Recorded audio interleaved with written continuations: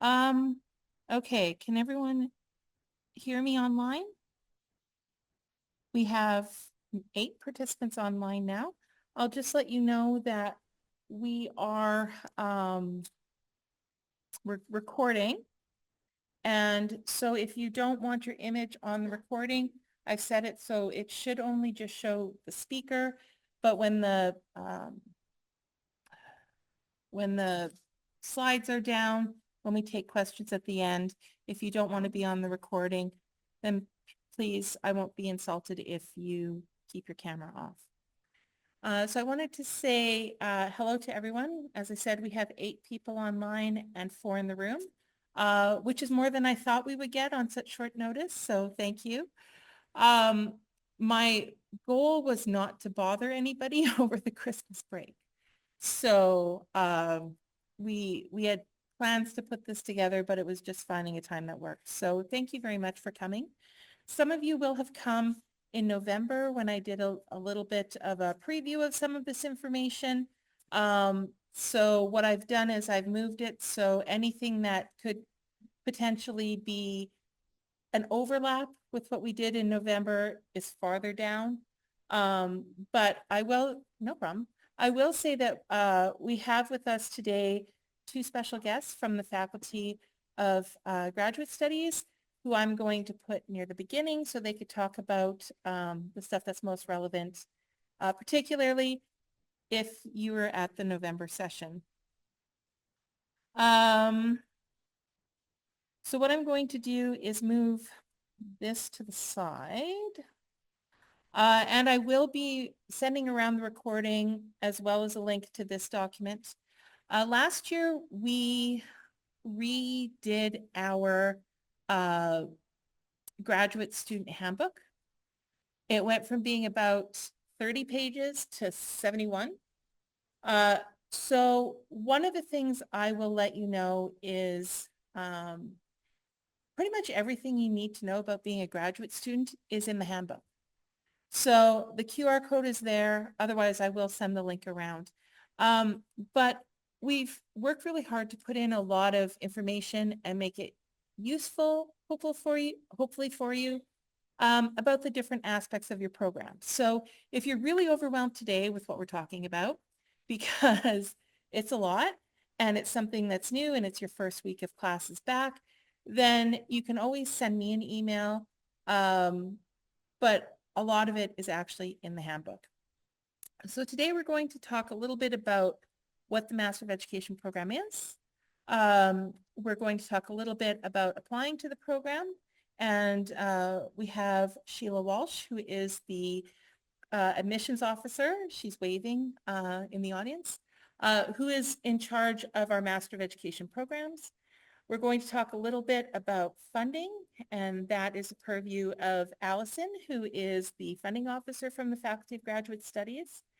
And then I'm going to end up with a little bit about how long does it take to do your Master of Education degree? What can you kind of expect? What are the expectations for you? And of course, the contact detail. So it says that my screen sharing is paused, which shouldn't be. It's on here. Are you getting my slides online?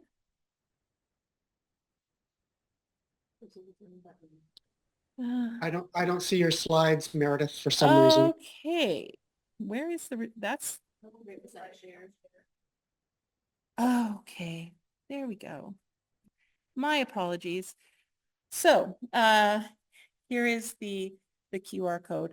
Like I said, it will be in my email that I hope to send tomorrow or maybe Monday, just depending on how long it takes to get it done.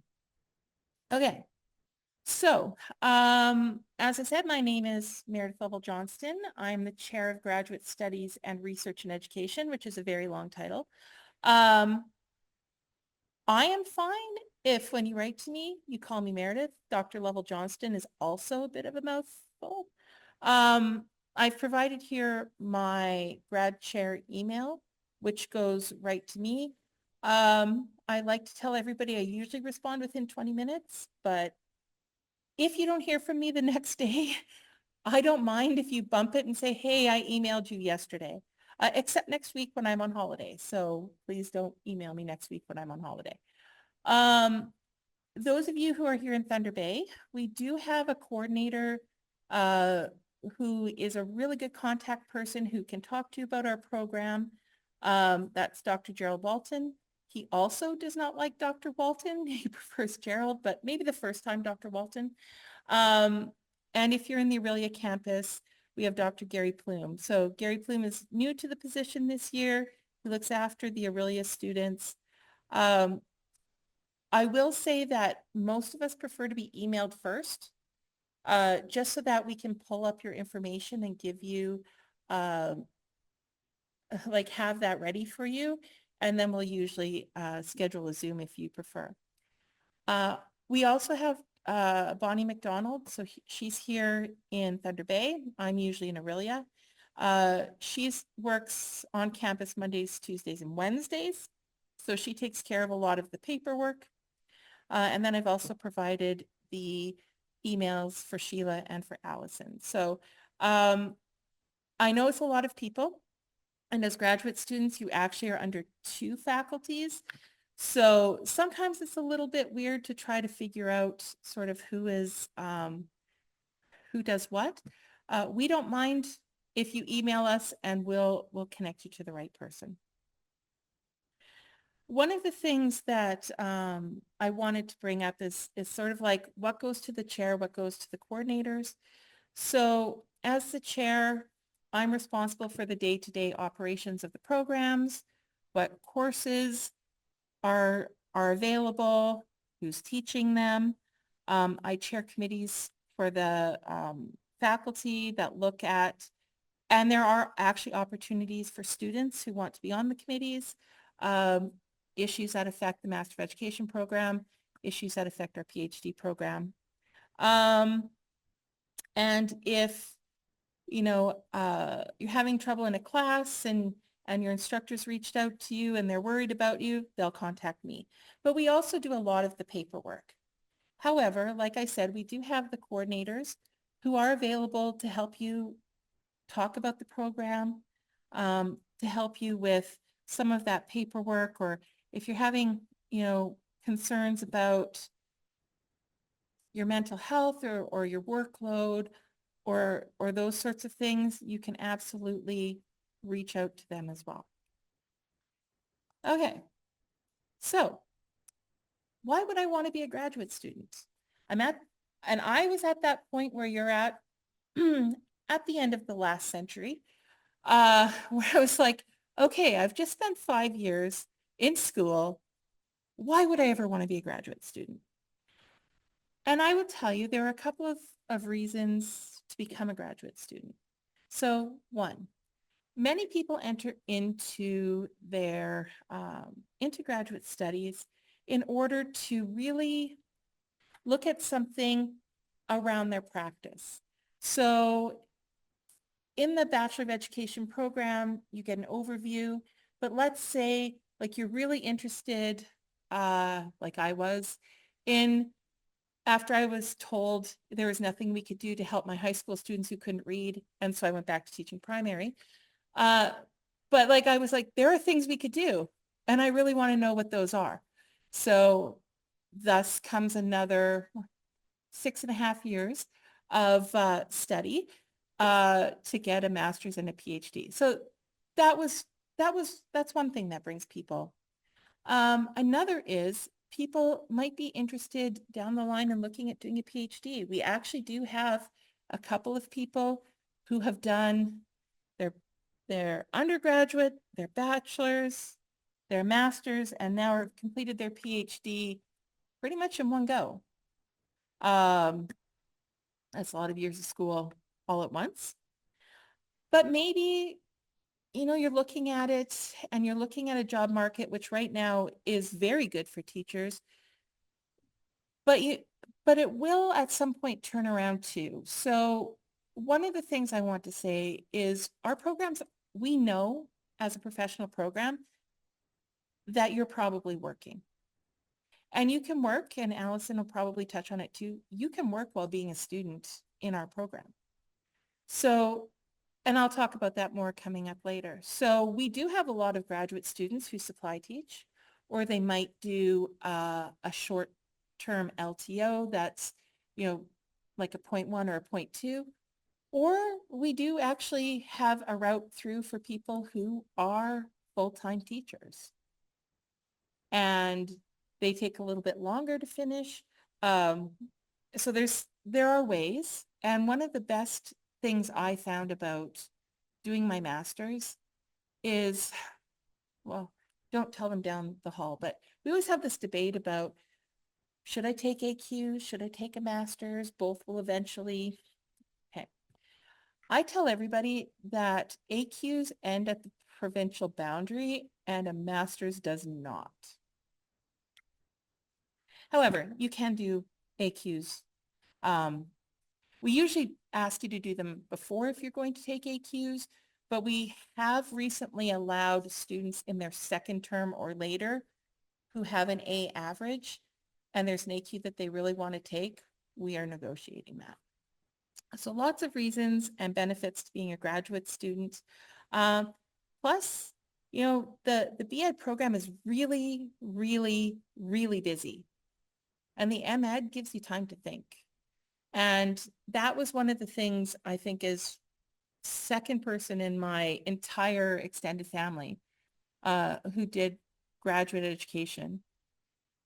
Like, no, you're never going to have time where you just get to just think about things and research and follow because you're always busy as a teacher. So just things to think about. So I want to talk a little bit about our program. The program is calendared as a 2-year program. Most students don't take an entire 2 years.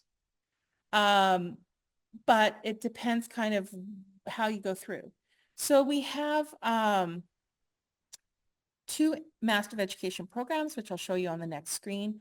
One is called Educational Studies, which is more of a traditional program where it's more general. You might take classes in psychology, you might take classes in curriculum studies and language arts. That's oddly specific, but no reason to mention that one as someone whose area is language arts. But you could take technology, like distance ed courses about how to teach in distance ed, or there's a real cool class in the summer, virtual reality in education.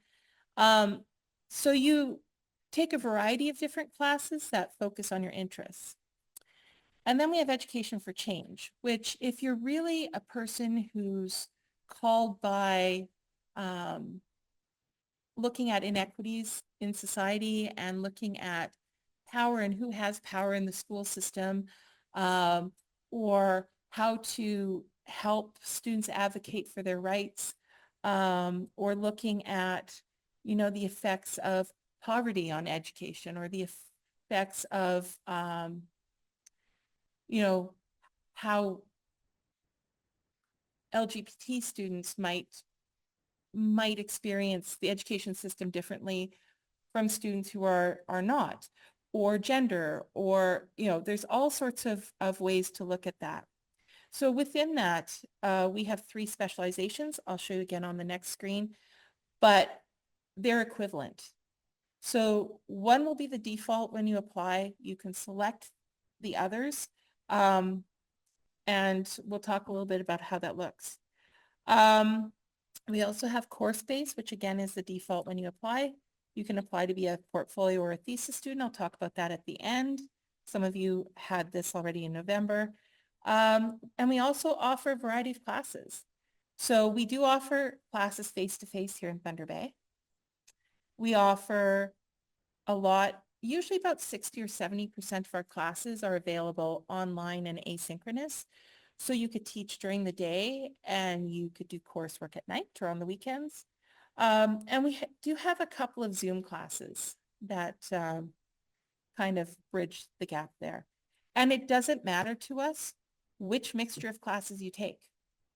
Aurelia students usually take 100% of their classes online, although we will talk about that later. But when you are in Aurelia and you're applying, please don't select online.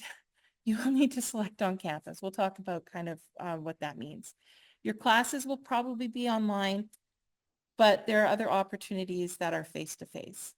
So our programs look like this.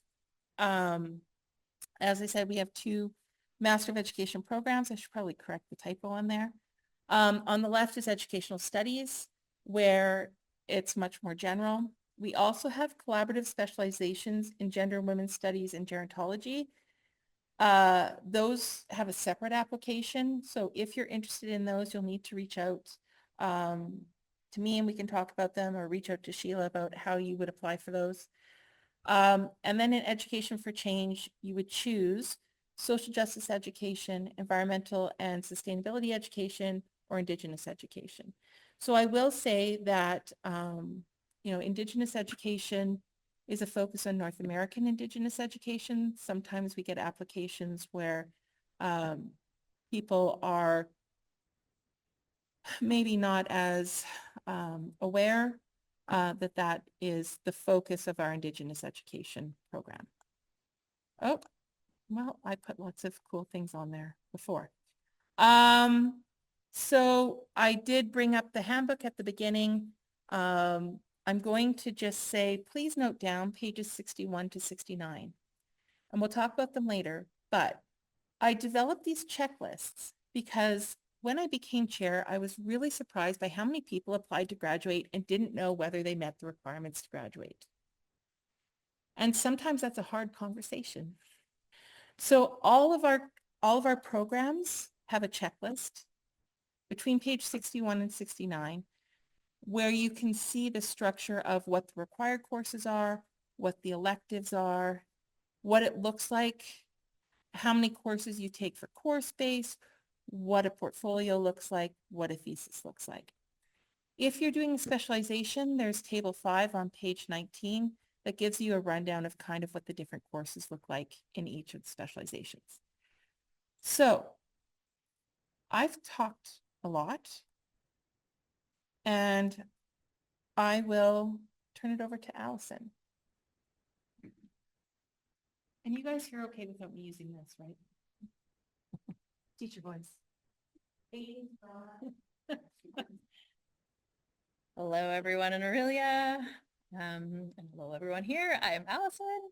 I'm the funding officer. I'm actually also a graduate of the master's program here at Lakehead as well. I did the Education for Change and the thesis route. I was an elementary teacher for 10 years and we're at Lakehead. But as the funding officer, I'm here to answer any of your funding questions or scholarship questions. So at the point of admission is usually when funding is offered. So graduate assistantships are a job. They're not funding per se. It's also you're signing a contract, there's union and there's union dues and there's benefits that go along with all of that as well. But it's a great experience to get into the teaching of classrooms at the university level. It's a great experience all in all. So if you're taking it full time, that could be available to you. But if you are teaching full time and doing your master's, that's a different conversation because it would be choosing the flex time. And so on the flex time, in the first 2 years of the programs, you are eligible to apply for federal and provincial funding. But in the 2 years after your start of degree, then you're no longer eligible for funding at Lakehead at all. And flex time students aren't eligible for any internal funding. It's only available to full-time students. But full-time studies, there are a variety of awards and scholarships. I always tell the students to Google. Google is going to give you a lot of different options. We've had students with scholarships from a tire company, random, but they had a couple of $1,000s and that's more money in your pocket. So I encourage people to apply for anything and everything that they can. But I can also help assist through the, I have tips and tricks for all the provincial and federal applications, and those happen in early fall. So by December, early December is when most of the things are due. And it does take time. So I always tell students to start early, even if you're starting now, to start early. And if you press Oh. the next. Oh, I didn't even, I forgot about. Press the arrow and the next one after. Oh, maybe not. Yep. One more. Oh, maybe not. Here we have a link. Every year we host a video about how to apply for Tri-Council funding. So I recommend looking at that now because those applications go early in the next year. Exactly. It is good to get yourself informed, especially for students who are doing a thesis. That's where the federal funding comes into play, and you can start working on your thesis topic and honing your ideas. And it does take quite a few iterations to get your application and your proposals ready. So I recommend starting early as possible. But yeah, let me look at what else did I not talk about?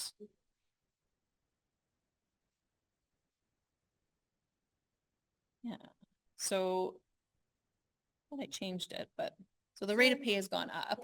Yeah, so has the shirt. So when you apply, if you select if you select on-campus study and you're not working full-time and you're a domestic student and you're available to come to campus either in Thunder Bay or Aurelia for 10 hours a week, then you can be a graduate assistant. You don't have, if you've got other things happening and you don't want to be a graduate assistant, you don't have to take that up.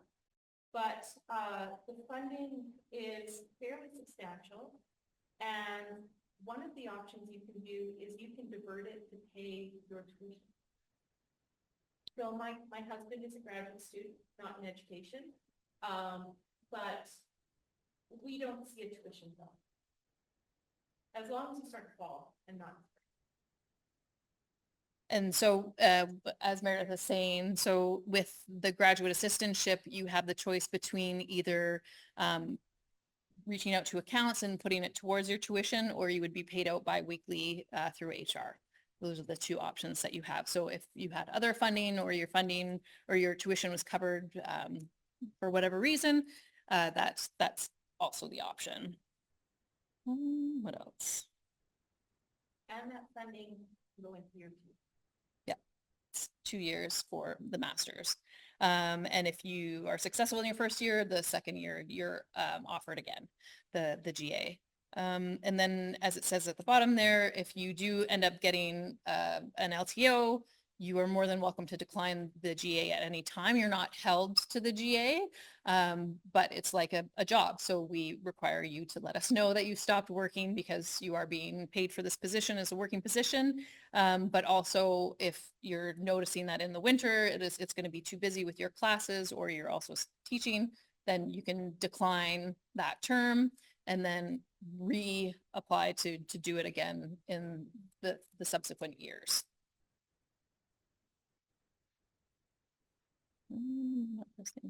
Oh yes. So yeah, it is a job. And yeah, we just talked about that. And so the hours of work are about 10 hours a week, depending on your course load and the professor that you work with. Some weeks you might work less, some weeks you might work more, but we recommend around 10 hours so that you're not overwhelmed by the GA-ship because it's supposed to enhance your experience, not overwhelm you.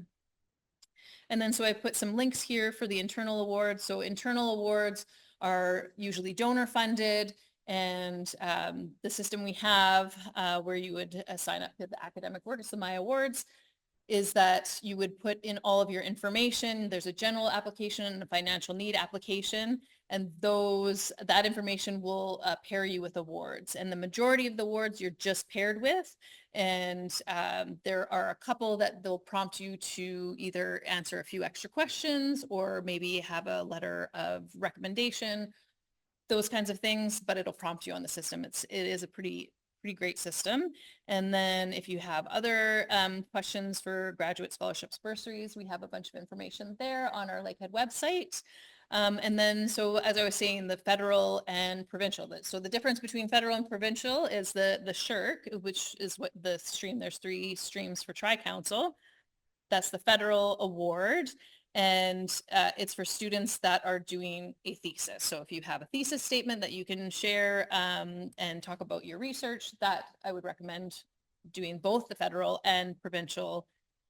You cannot hold both, unfortunately, but if you're offered both, the SHRC is a lot more funding.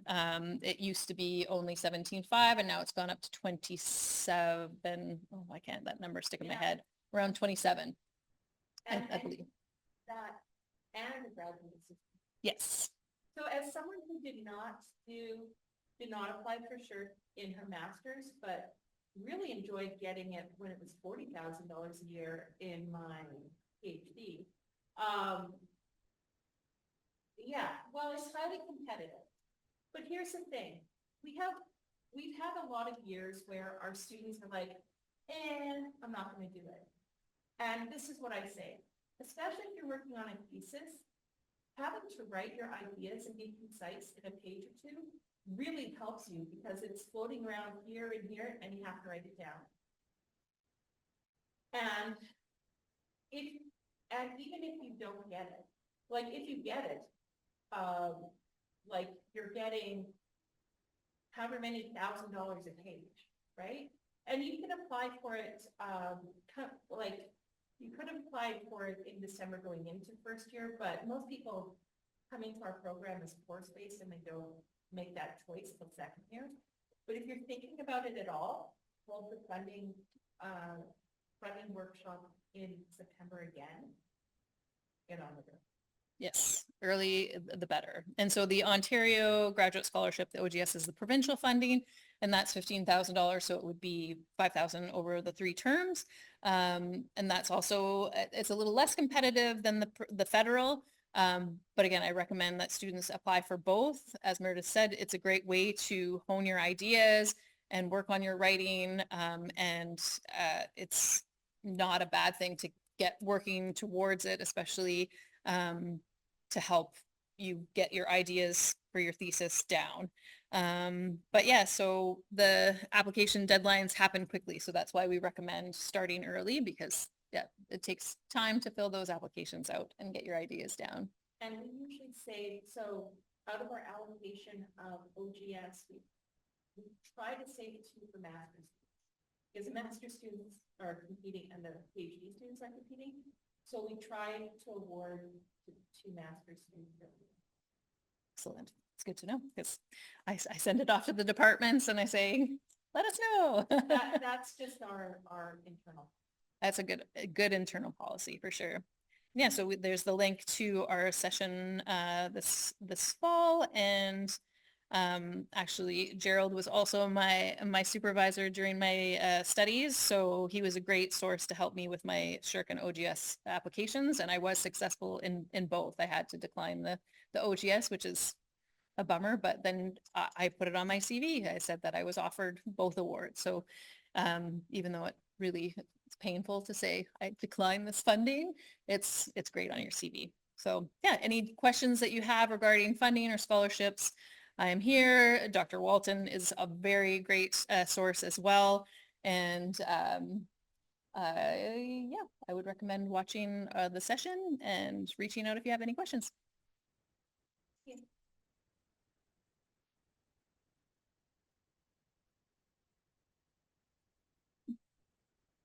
Okay, so Sheila's not feeling well, so she's here to answer questions. I can run through a bit of this. So many of you that were watching this or here in November heard me say, please don't apply until January because as Lakehead students, we have a sort of special process that you can apply into the program where we streamline it and save you a bit of money. So I received the list yesterday of all of the year 2 students. Maybe tomorrow, maybe Monday when I'm on holiday, but that's okay. You'll receive a letter from me that and that has Sheila's contact information, but gives you the steps to apply into our program. It'll give you the link.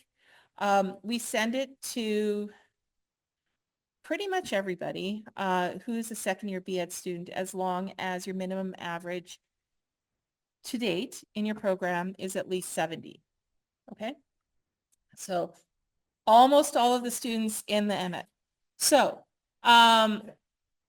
what does this do? It means that you must fill out the application form. That's the only way that we get your information. We ask you, did we ever change it to the new fill in the blank? Oh, it'll either be a 2-page overview of kind of why I want to be a master's student, or there might be a fill in the blank question thing. We're in the process of potentially changing that. We don't require references. Actually, we've taken that off of our application completely. But you'll have your application fee waived.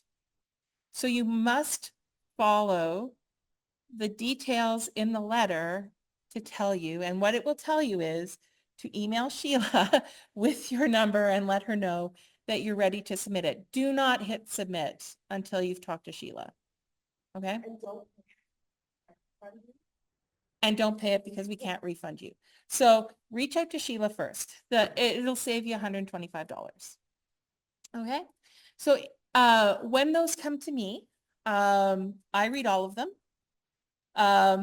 It's not been so bad this term, but this term that we just had, I read 687 applications to our program. So what you want to do in your 2 pages is like, hey, I'm a Lakehead student. I really want to be in the program, and make it interesting because they all read the same way. But anyways, one of the things we know is that, we want our students to be able to take advantage of this opportunity. So the letter will direct you to educational studies and course-based. If you want to do education for change, you can apply for that. It's a drop down, that's fine. Same thing, you'll have your fees waived. If you are interested in doing a portfolio or a thesis, we don't require you to list a supervisor yet. But even if you enter in the course-based program and in your first term, you're totally inspired by working with somebody, you can switch. But remember, we said that thesis students can apply for funding and it's midway through the first year. For the second year, so if you've started the program and you're really getting inspired by something, reach out to me and we'll talk about who might supervise you, because not everybody who teaches in our program is able to supervise, but I can hopefully try to get you matched up with someone.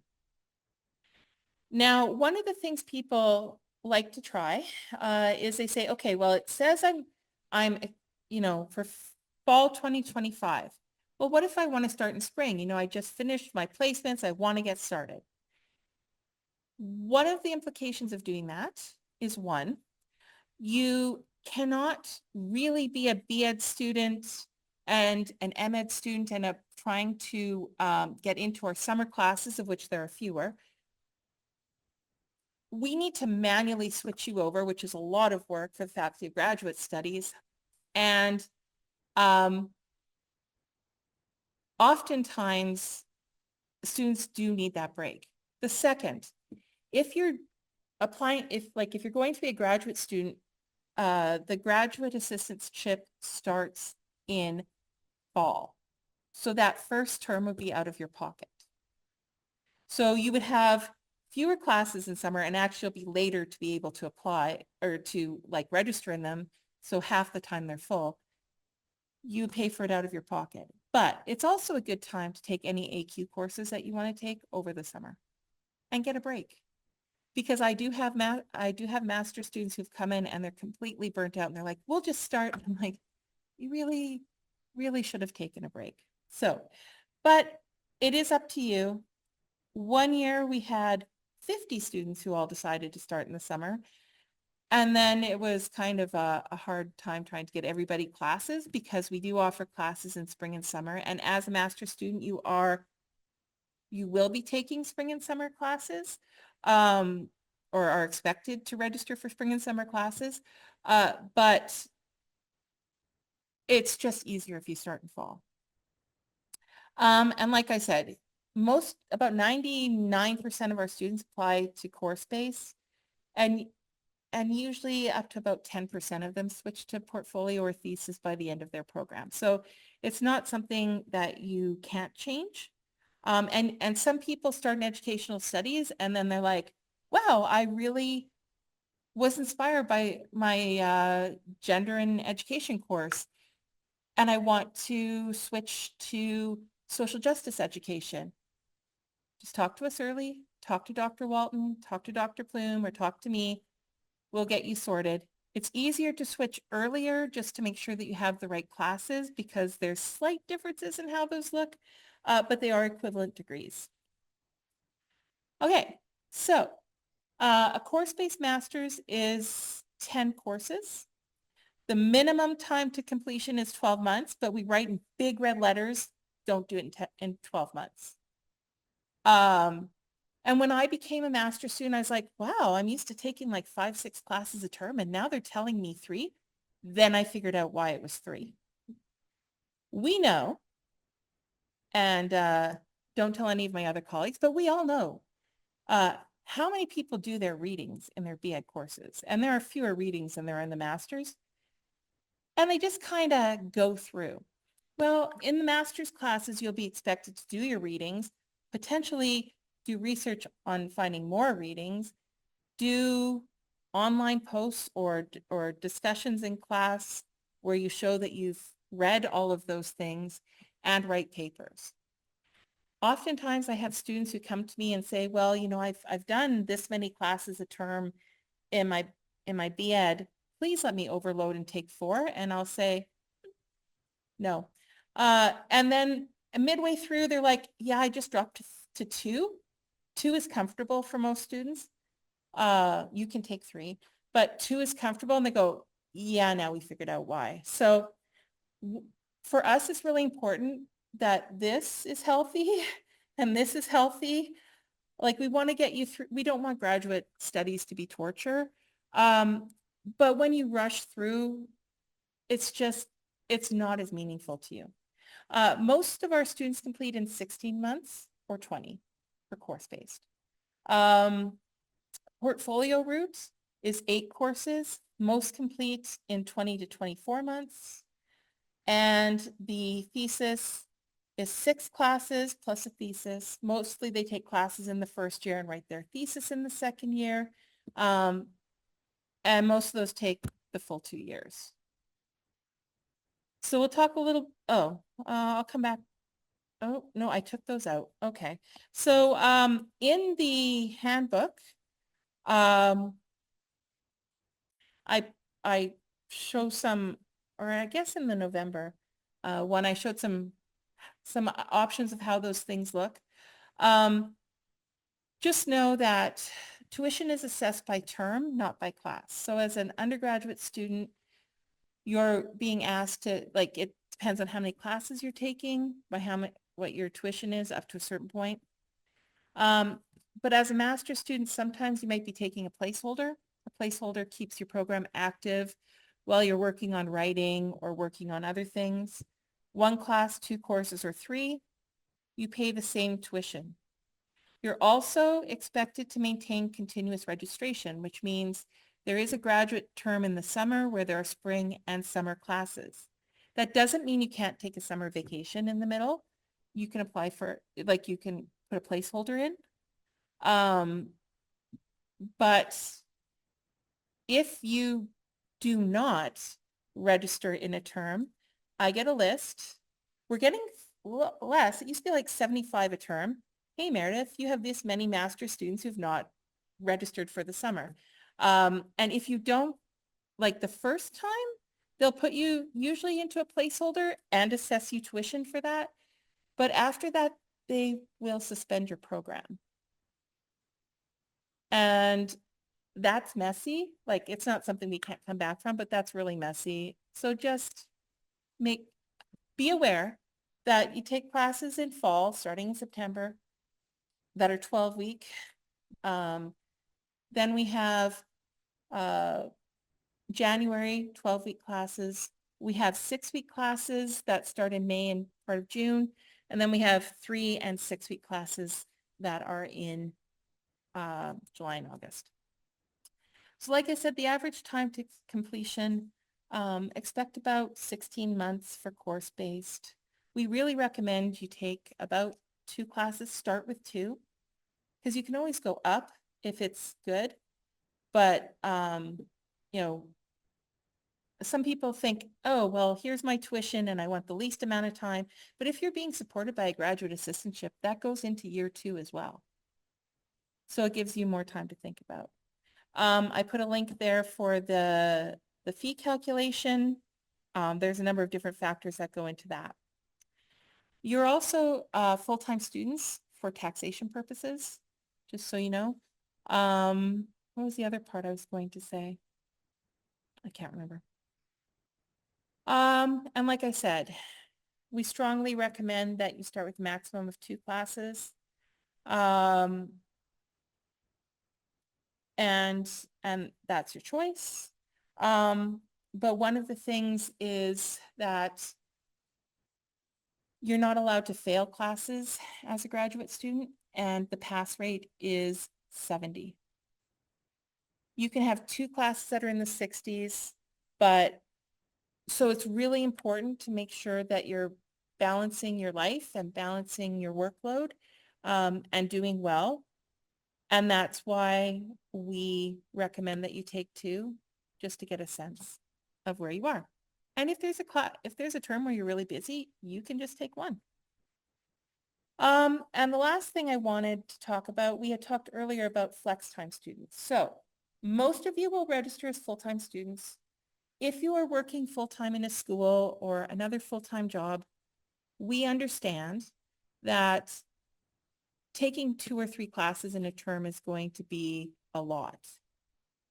So when you apply, and it's a decision that you make when you apply that cannot be changed. So you cannot change from full-time to flex. You cannot change from flex to full-time. If you apply as a full-time flex student, you have 2 years to complete your program, during which you're assessed tuition, and an additional 2 years where you're not assessed tuition. So you could complete over 4 years, but as Allison says, that means that you're not eligible for internal funding from LICAD. So you could not be a graduate assistant and be flex time. And that's not a decision you can change, because it's when you're first brought into the program, they're funded differently. So LACAD can't change that for you. But let's say your first year, you're a full-time student, and like halfway through the year, you get a full-time job. There are ways to manage your program, and I'm happy to help you find creative ways to manage your program as a full-time student. We know that people need to work, and we know in the post-pandemic world that people really need to work. So reach out to me and we'll talk about how to navigate and get you finished successfully. Okay. And the last thing I want to bring up, we have an Elementary Graduate Students Association. I will put up their details here. It's a voluntary association. They're always looking for students to join.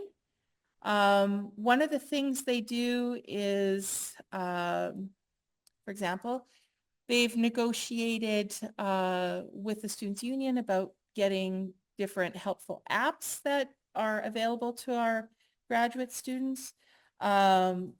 They host the graduate conference that we're having in April this year for graduate research.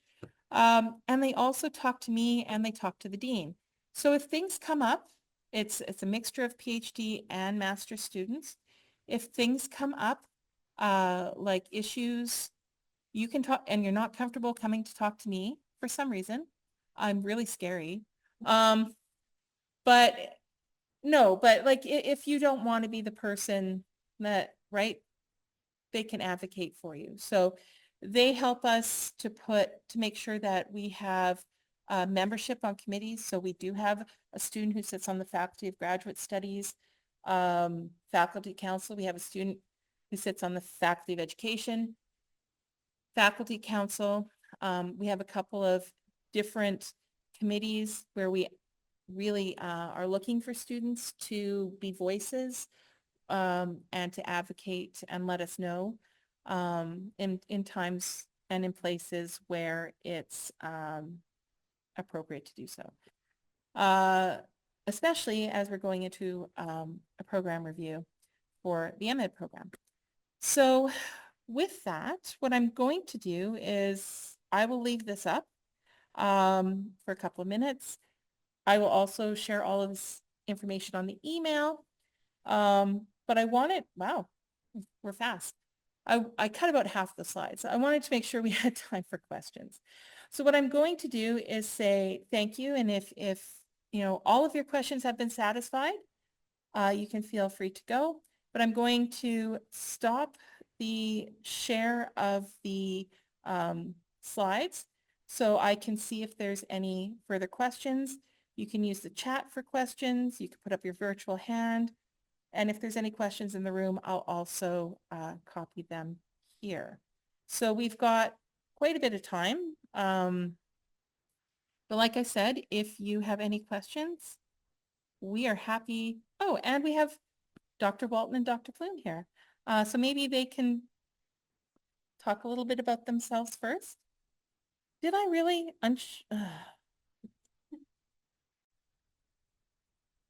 Oh, well, no. So it's showing up there. Yeah. Gerald, do you want to introduce yourself? Sure. Yes, you did unshare, so that's cool. I don't know what you're seeing, but anyways. Hi, everyone. I'm Gerald Walton. I'm in the Faculty of Ed at the Thunder Bay campus, as Meredith has pointed out, and I've been one of the two graduate coordinators. I guess this is my fourth year. And I don't have anything to add, really, that Meredith and Allison haven't said, except maybe two things. One is that I get a lot of questions about technical matters, and something didn't work online or whatever the case. That's not what my expertise is in, and that's not what graduate coordinators do. I have no idea how to fix online things, so I'll just refer you to somewhere else. What we do, and I think I can speak for Gary here too, is we answer questions about the program itself. So that's largely what we do. The other comment that I want to make, though, is without my MEd coordinator hat on, and it is with the SSHRC OGS hat on. So I'm the grants advisor, as Allison pointed out. And so if you are interested in applying for OGS, or if you are a thesis student and you want to apply for OGS and SSHRC, because why not do both? Keep in mind, yes, as has been emphasized, you have to start early, et cetera, et cetera. And, you know, it might be too early at this point, but if I do when I do a workshop in September, probably it is a good idea to get on your proposals right away. So there's two pieces of it. There's paperwork, forms, etc., and then you also have to write a proposal. Writing the proposal is easily the hardest part of this, and it is highly competitive, and it is based on merit. So it usually takes multiple versions, editing over and over again. I will give you lots of feedback if you want me to, but the point is, when I give a seminar in September, I'm going to want to see your one-pagers not so long after that.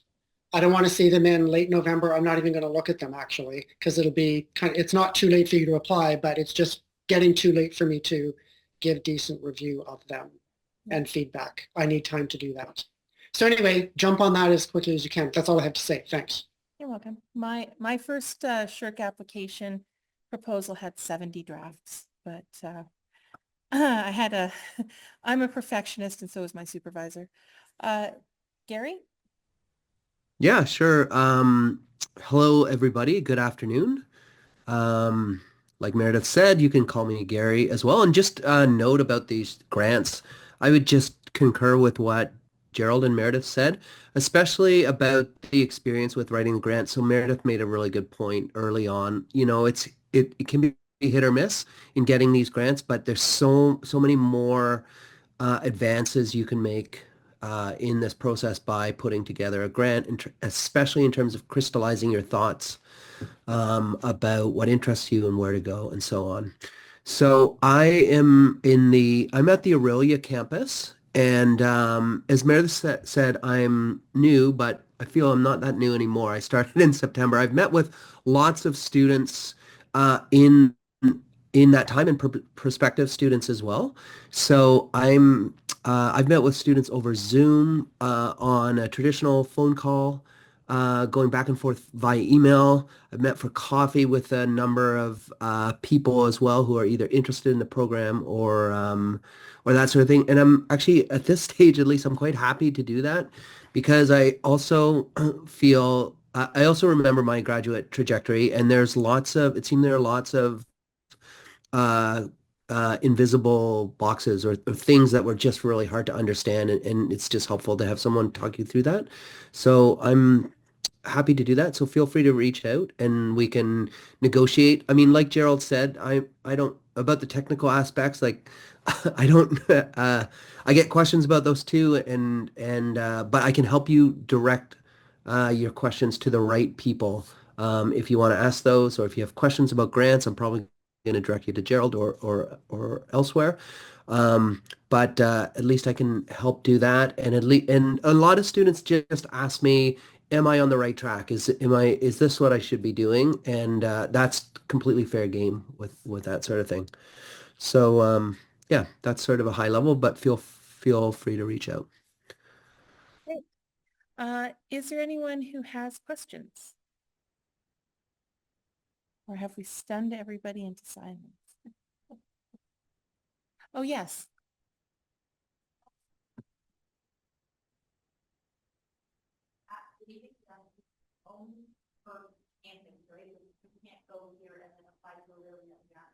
No, it's the same application.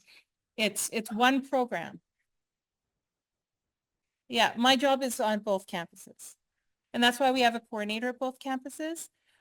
So let's say, so the question was, does the application fee waiver apply to just one campus versus the other? Can you apply to Thunder Bay and separate? No, it's one application. They will ask you to declare a campus.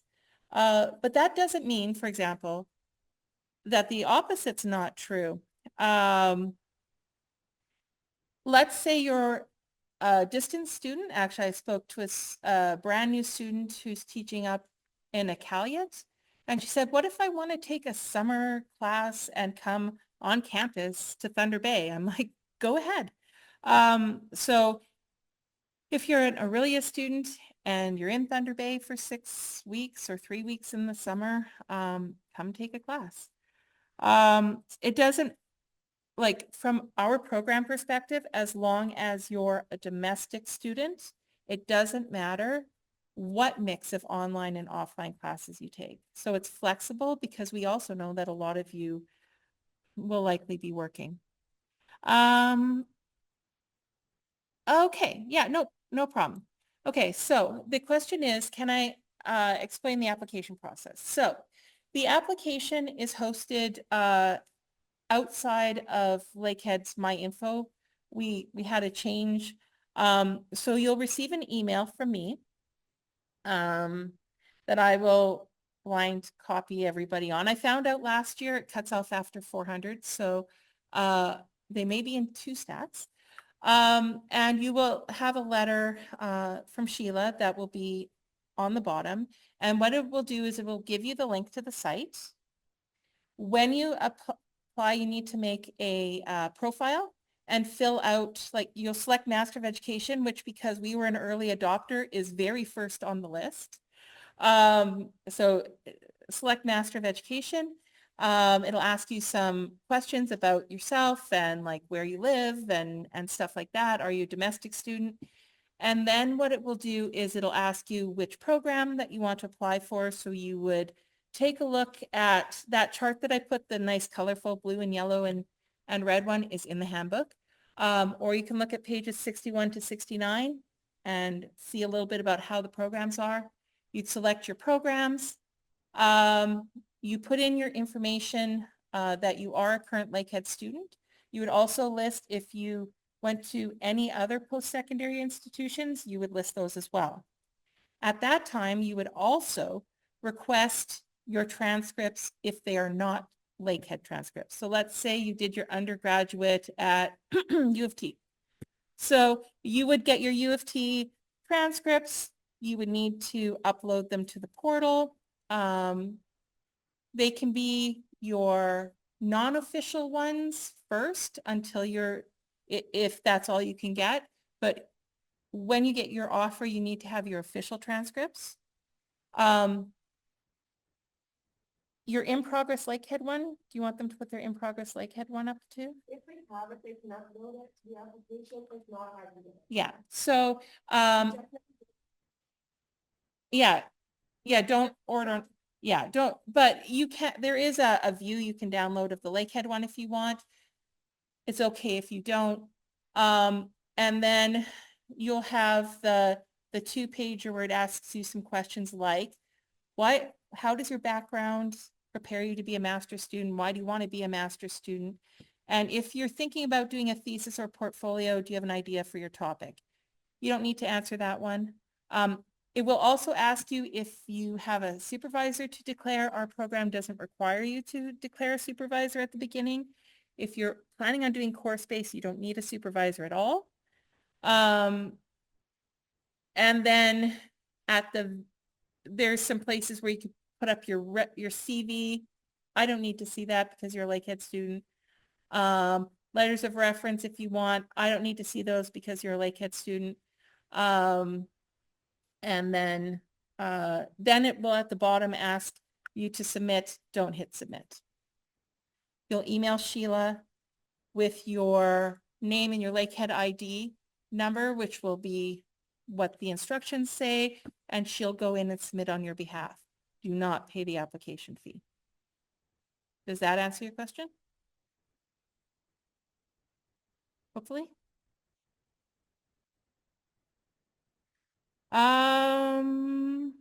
So here's the thing, we don't cap the Masters of Education program and actually seen a decline in our domestic students. So what I like to tell people is you're not going to be in competition against your classmates. If you get the invitation to apply and you're serious about it, I mean, write something serious in your supplemental information form. But we don't do competitive ranking of the averages. So when we have more students, we offer more classes. When we have fewer students, we offer fewer classes. So it's not like a wait list situation. Yep. Mm-hmm.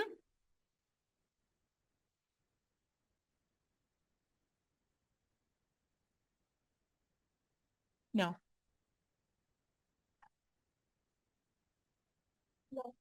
Okay.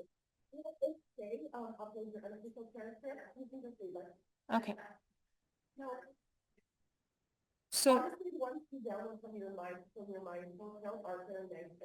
no, it looks like yeah.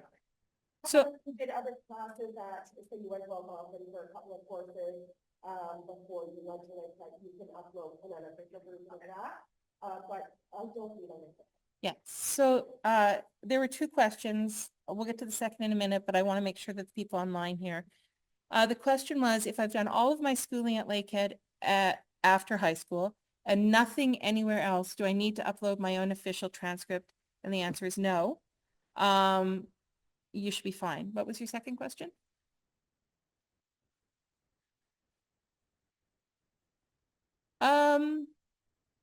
Usually, so the Faculty of Graduate Study, that it was about turnaround time on applications. So the Faculty of Graduate Studies does a check to make sure that you have everything and looks at your average and right. And then they send it to me. And I usually look at them once a week. Kind of depends. My fastest I ever did was like 147 in 2 days. But they were mostly Lakehead students. So, no, like you will hear within a couple of weeks, unless you're missing documents, you will hear within a couple of weeks. Lisa. Can you just speak on roughly how many hours per week the courses will be? Like, is it about 4 hours per course or 10 hours per course per week? Is that kind of the expectation? So good question. So class time is considered to be 3 hours a week, whether that's like in class 3 hour a week lecture or Zoom or asynchronous. But the extra work on top is usually, I mean, it varies and some classes are heavier than others, but we usually say about 10 hours a week per class. If you have to do extra reading or you have to write a paper, it's usually less, but writing means like different people write at different speeds too, right? And you get a lot faster as you do as you go through. I will say that usually the heaviest courses are the research courses. So that every student takes 2 research courses. Those tend to have the heaviest workload. And then the elective courses vary. Often you'll be asked to do, like, especially if you're doing asynchronous, you'll be asked to post by a certain day and respond to a couple of people. It can take more time than you think, but that's on your own timetable too. So usually throughout the course of the week, you'll reply to 2 or 3 of your colleagues. And, oh, I really like this idea is not in most classes considered a suitable response. It's like engaging with ideas. So it can be up to 10 hours a week, I would say, but it's probably less than that. Okay, thank you. You're welcome. Yes.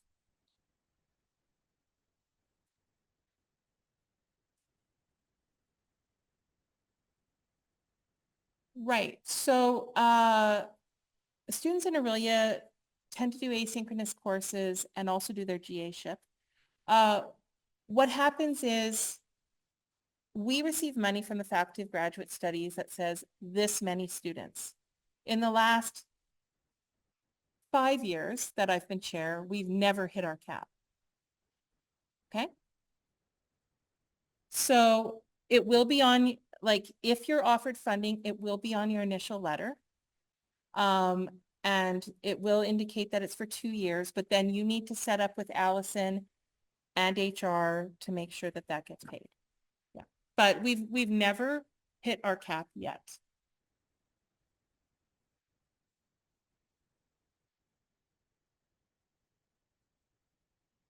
Yeah. Yeah. So as long as you're full-time, a full-time student and not flex time and not registered as online, even if you're only plan to take online courses, but it is an in-person job. So that's why you need to select in-person. And it's always Aurelia, I'll say. I email every Aurelia applicant, did you really mean to select online? Like, you live in Barrie. And that's fine. But that's also like, that's a decision that is made when you apply. So the funding decision is made when you apply. So it can't be changed. Like, you can decline a graduate assistantship for 1 term or 1 year and come back, whatever, but you can't add funding that wasn't offered when you joined. Mm-hmm.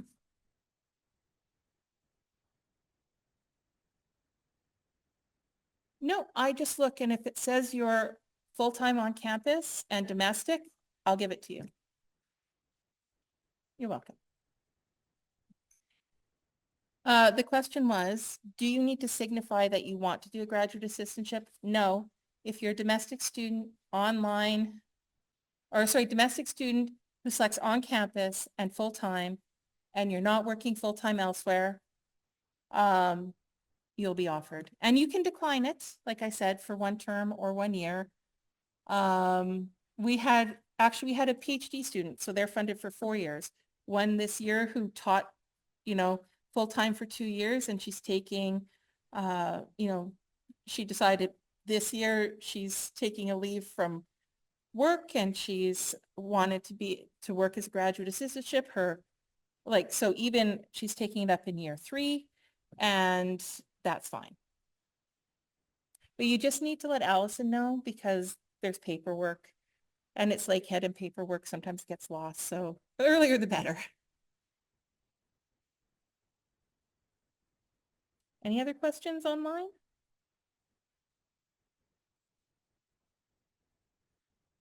Great.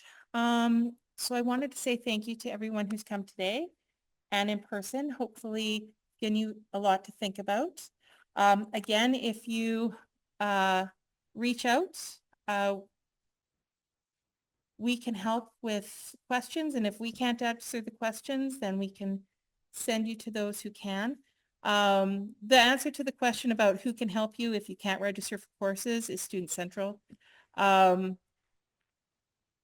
We can't see the student registration system, and it's automated, or it can't get into your account. Sometimes, when you're accepted, you're asked to pay a deposit that says, yes, I'm going to go to Lakehead, and then you can be made eligible to register for classes. So sometimes there's a delay there. But, if you're running into problems, I can usually tell you who to go to, but it's usually not me who can answer those questions.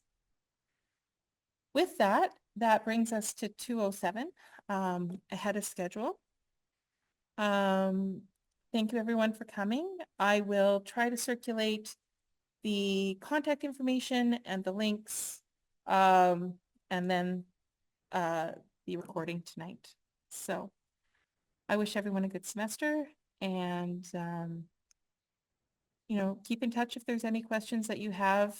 My best part of my day is getting to speak to people who want to come into our program or are in our program about how what we have meets their needs. So the happy conversations are fun, but please just email them first, because it's way easier for us to look up the information and have it ready for you than it is to try to scramble on the phone when I half heard your name. And, so that's my one request. I think all of us are about the same on that.